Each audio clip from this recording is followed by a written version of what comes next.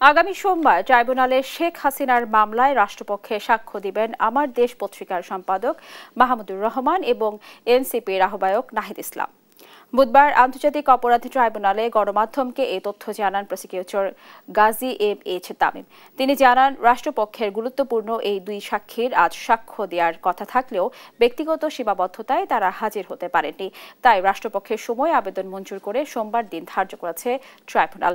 বিগত সরকারের মেয়াদে সংঘটিত সব মানবতা বিরোধী অপরাধ এবং জুলাই আগস্টের গণহত্যা প্রমাণে এই দুজন ট্রাইব্যুনালে তাদের অভিজ্ঞতা তুলে ধরবেন বলে জানায় রাষ্ট্রপক্ষ। এ সময় এক প্রশ্নের জবাবে প্রসিকিউটর আরও জানান, এ মাসের মধ্যেই এ মামলার সাক্ষ্য গ্রহণ শেষ করার প্রস্তুতি রাষ্ট্রপক্ষের রয়েছে।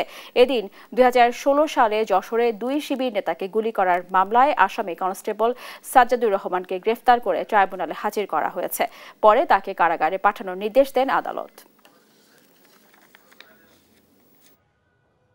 সাবেক প্রধানমন্ত্রী শেখ হাসিনার মামলার সাক্ষ্য গ্রহণের দিন ধার্য ছিল। সাক্ষী সম্পাদক মাহমুদুর রহমান সাহেব এবং জুলাই গণ অভ্যুত্থানের অন্যতম নায়ক নাহিদ ইসলাম, এই দুজন সাক্ষ্য দিবেন এরকম প্রস্তুতি প্রসিকিউশনের ছিল। কিন্তু ওনারা একটু ব্যক্তিগত কারণে ওনারা আজকে আসতে পারেনি বলে প্রসিকিউশনের পক্ষ থেকে ট্রাইব্যুনালের কাছে সময়ের আবেদন করা হয়েছে। ট্রাইব্যুনাল সময় মঞ্জুর করে আগামী সপ্তাহের সোমবার পরবর্তী সাক্ষ্য উপস্থাপনের দিন ধার্য করেছে।